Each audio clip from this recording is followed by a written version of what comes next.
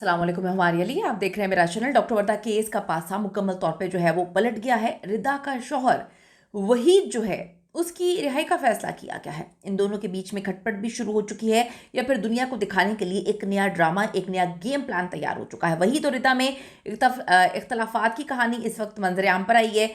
कत्ल की प्लानिंग जो है वो रिदा पर डालने की तैयारी, असल खेल अब खुलना शुरू हो चुका है। समझ आ रही है कि इस दरिंदे को बाहर निकाल कर जो है वो क्या करने की कोशिश की जा रही है। वहीद का ड्राइवर भी गवाही देने के लिए तैयार हो चुका है। डॉक्टर वर्दा की फोरेंसिक रिपोर्ट में क्या क्या अहम इंकशाफात हुए, क्या इस केस को दबा दिया जाएगा, क्या फैमिली को प्रेशराइज किया जाएगा, क्या वजीर आजम के नोटिस लेने के बावजूद जो है वो केस जो डे वन से पुलिस ने ख़राब किया वो केस क्या ख़राब ही चलता आएगा, या जीआईटी ने मुकम्मल तौर पे चीज़ें जो हैं वो चेंज कर दी हैं। हकाइक पे मबनी चीज़ें जो हैं वो अब सामने लाई जाएंगी। आज की वीडियो में इस पर बात करते हैं। रिक्वेस्ट है चैनल को सब्सक्राइब करें, वीडियो को आखिर तक जरूर मुलाहिजा करेगा, इससे हमारी हौसला अफजाई होती है। एबटाबाद लेडी डॉक्टर वर्दा मुश्ताक कत्ल केस एक खौफनाक केस जिसने पूरे के पूरे एबटाबाद को हिला के रख दिया। कोई तस्वुर भी नहीं कर सकता था कि एक इतनी अच्छी और अमीर दोस्त जो अच्छा बनने का नाटक कर रही थी, वो अपनी दूसरी दोस्त जो कि डॉक्टर थी उसकी अमानत में तो खयानत करेगी ही करेगी, लेकिन उसकी पीठ में छुरा घोंपेगी। कभी किसी ने तस्वुर नहीं किया था। हाँ, कुछ लोग तस्वुर कर सकते हैं जो अब इस दुनिया की रियलिटी को जान चुके हैं कि पैसे के लिए आप अपने ईमान को, दीन को, मज़हब को, हर चीज़ को बेच सकते हैं। झूठी कस्में अल्लाह कुरान की खा सकते हैं, अपने बच्चों की झूठी कस्में खा सकते हैं। तो जब आपने कोई चीज़ हासिल करनी होती है तो आप किसी हद तक भी चले जाते हैं। अब जी इस कत्ल केस में जो गिरफ्तार मुलजिम वहीद बिल्ला है, इसकी जानिब से दरखास्त जमानत दायर कर दी गई। यानी कि शर्म नहीं है इनको, उम्मीद नहीं है इनको, यकीन है कि उसको जो है वो जमानत मिलेगी। जो हरीपुर से ताल्लुक़ रखने वाला जावेद खान तनोली एडवोकेट मुलजिम वहीद बिल्ला की जानिब से दरखास्त जमानत जो है उसकी पैरवी कर रहे हैं, जबकि लेडी डॉक्टर वर्दा मुश्ताक लवाहिकीन की जानिब से आतिफ खान जदून एडवोकेट जो है वो इस केस को लड़ रहे हैं।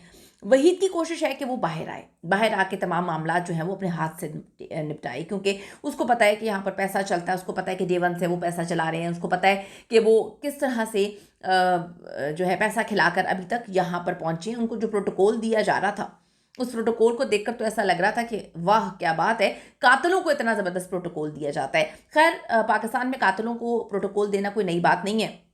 ज़ाहिर जाफ़र जिसने नूर मुकद्दम का जो है इतना खौफनाक कत्ल किया था, 3 बार उसको सज़ाए मौत भी हो चुकी है, उसको जो प्रोटोकॉल मिलता था पुलिस की जानिब से, इस्लामाबाद पुलिस की जानिब से, ना सिर्फ प्रोटोकॉल मिलता था बल्कि बोलती थी पुलिस कि ये बेचारा मासूम है। तो भाई अगर कातिल भी मासूम होना शुरू हो गए, जो सर तन से जुदा कर देते हैं, तो फिर हम तो कहीं पर स्टैंड ही नहीं करते ना। आप और हम जिन्होंने आज तक एक मक्खी नहीं मारी, हम तो फिर पता नहीं जो है मासूमियत की हम पर किताबें लिखी जाएंगी।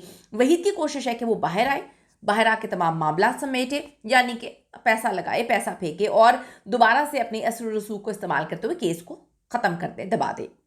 लेकिन जो मुस्तकबिल करीब है उसमें अभी तो ऐसा होता हुआ नज़र नहीं आ रहा, जब तक मीडिया पर इस केस को उछाला जा रहा है, जब तक आप लोगों का इंटरेस्ट है। क्योंकि हमारे मुल्क का, लोगों का अलमिया ये है कि जब कोई दूसरा केस आ जाता है तो फिर पुराने केस को भूल जाते हैं, भूल जाएंगे कि डॉक्टर वर्दा भी कोई थी, उसको इंसाफ भी दिलवाना है। क्योंकि जब तक आप लोग वीडियोस को शेयर नहीं करेंगे, देखेंगे नहीं, हम कब तक जो है वो इस पर काम करेंगे। आपकी जो है जिम्मेदारी है अगर हम अपनी काम जिम्मेदारी से करने की कोशिश करें। वहीद बिल्ला की दरखास्त ज़मानत पर समाअत जो है 3 जनवरी तक अभी मुलतवी हुई है।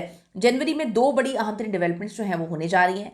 एक तो नंबर 1, जीआईटी की फाइनल रिपोर्ट जो है वो सबमिट हो जाएगी, जिसमें वहीद और रिदा के कत्ल का जो है का वक्त, मौजूदगी और बहुत सारी चीज़ें साबित होंगी। दूसरी जो इंपॉर्टेंट चीज़ है वो फोरेंसिक रिपोर्ट आ जाएगी, जिसमें ऐसे नाकाबिले तरदीद सबूत, शवाहिद, बहुत सारी चीज़ें जो हैं वो भी सामने आ जाएंगी कि पुलिस भी रिदा और वहीद को अब नहीं बचा पाएगी। तो जनवरी बड़ा इंपॉर्टेंट होने जा रहा है इस फैमिली के लिए। ये बात भी साबित हो चुकी है कि रिदा और वहीद बिल्ला का ड्राइवर एहतशाम भी डॉक्टर वर्दा के अगवा से वाकिफ था, इस सारे के सारे मामले में मुलव्वस था। अब जीआईटी चेक कर रही है कि शमरेज ने फरार होने के बाद किस किस से रब्ता किया था, वो किस किस को इन्वॉल्व कर चुका था। वहीद ने तफ्तीशी टीम के सामने इकरार किया कि डॉक्टर वर्दा के कत्ल के पीछे या कत्ल के बाद भी शमरेज से मुख्तलिफ जो है राब्ते वगैरह चल रहे थे। दोनों के दरमियान ये डील हुई थी कि रकम के साथ साथ डॉक्टर वर्दा भी उसके हवाले की जाएगी, वो जो चाहे उनके साथ कर सकता है, और किया भी होगा। ये तो अब डिटेल फोरेंसिक रिपोर्ट में क्लियर हो जाएंगी चीज़ें। वहीद ने भी इस बात का एतराफ़ किया है कि उसकी बीवी जो रिदा है वो खुद डॉक्टर वर्दा पर बेपनाह तशद्दुद कर रही थी। यही वजह है कि शमरेज़ और नदीम से डील हुई थी कि लाश गायब कर देनी है, मिलेगी नहीं। तो इन्होंने तो गायब ही करने की कोशिश की थी, लेकिन फिर वो मिल गई लाश। अब बात यह है कि डॉक्टर वर्दा की इब्तदाई पोस्टमार्टम रिपोर्ट के मुताबिक उनको शदीद तशद्दुद का निशाना बनाया और किसी और ने नहीं मारा, ज़्यादा रिदा ने मारा, बहुत मारा, बहुत मारा। जो लाश 3 से 4 दिन बाद मिली है, तो हम जिनसी ज़्यादती को कंफर्म नहीं कर सकते, पुलिस की डॉक्टर्स की जानिब से कहा गया है। उसके लिए जो डिटेल फोरेंसिक रिपोर्ट है उसका इंतज़ार है। जीआईटी के हाथ ऐसे फोरेंसिक सबूत भी लग चुके हैं, जिससे साबित होता है कि जो मास्टर प्लानर है वहीद बिल्ला और रिदा, यही दोनों हैं, यही दरिंदा सिफ्त हैं। 67 तोला सोना, इसके लिए आप अपना ईमान बेच चुके हैं, आप कातिल बन चुके हैं। इसका मतलब है इससे पहले भी आप कत्ल कर चुके हैं, इससे पहले भी आप बहुत सारी चीज़ों में मुलव्वस हो चुके हैं, इससे पहले भी आप बहुत सारी इस तरह की हरकतें कर चुके हैं। तो ये तो इस चीज़ को साबित करता है। दूसरी बात मैं ये सोच रही थी कि बकौल उनकी बहुत अमीर है, तो अमीर लोगों की ये औकात होती है कि वो कुछ पैसों के लिए जो है वो कातिल ही बन जाए। अब बात ये है कि कुछ डीएनए जो रिपोर्ट में चीज़ें आई हैं कि रिदा का डीएनए भी मिला है। यही नहीं बल्कि मौके के गवाह जो वहीद के साथी परवेज़ है, उसने भी इनके खिलाफ गवाही दे दी है। परवेज़ ने भी इंकशाफ किए हैं कि जी उनके मुताबिक तो असल कातिला रिदा वहीद ही है और उसे बचाने के लिए इस वक्त उसका शौहर पूरा जोर लगा रहा है। वाह, कितना अच्छा शौहर है कि अपनी नीच बीवी को बचाने के लिए नीच शौहर जो है वो पूरे असर रसूख लगा रहा है, दोनों अंदर है। मुल्जिम परवेज़ के मुताबिक मुल्जिमा रिदा ने डॉक्टर वर्दा को कत्ल करने से पहले बहुत मारा था, बहुत बहुत मारा था, और वो बार बार मारती रही थी। डॉक्टर वर्दा को नहीं लगता था कि उनको कत्ल कर दिया जाएगा, क्योंकि जब रिदा मार रही थी तब भी वो अपने सोने का तकाजा कर रही थी कि मुझे जो है वो मेरा सोना वापस करो। मुल्जिम परवेज़ के मुताबिक मुल्जिमा जवाब देती रही कि अब तो तुझे मेरी जूती देगी सोना और तू यहाँ से अब बच के जाएगी नहीं। इसके बाद रिदा ने थप्पड़ों और जूतों को बड़ा इस्तेमाल किया उनको मारने के लिए, और पागलों की तरह मारती रही। रिदा बार बार डॉक्टर वर्दा पर तशद्दुद कर रही थी। इसने उस दौरान डॉक्टर से सिग्नेचर भी करवाए थे। तो काफ़ी देर तक ये चीज़ें चलती रही हैं। अब बात यहाँ पे है कि परवेज़ के मुताबिक पुलिस ने रिदा को गिरफ्तार कर लिया था, हम सब डर गए थे, और फिर ये लोग अपनी जान पहचान असर रसूख बीच में लोगों को डलवा के जो है पैसे नहीं दिला के बाहर निकल आए। फिर इन्होंने आके हमें इंस्ट्रक्शंस दी थी कि अब इसको जो है छोड़ना नहीं है, क्योंकि हम पे शक आ चुका है, इसको मार कर ऐसी जगह पे फेंक दो जहाँ पर इसका सुराग भी ना मिले। फिर जो है सारा मामला हुआ। इसके बाद डॉक्टर वर्दा को कत्ल करके लाश ठिकाने लगाने का अमल शुरू हो गया था। तो अब मैं ये बात सोचती हूँ, बार बार सोचती हूँ कि डॉक्टर वर्दा को क्या ज़रा बराबर भी शक नहीं हुआ कि रिदा इतनी ख़तरनाक है? उनको ज़रा बराबर भी शक नहीं हुआ कि वो अकेली उनके साथ जा रही हैं?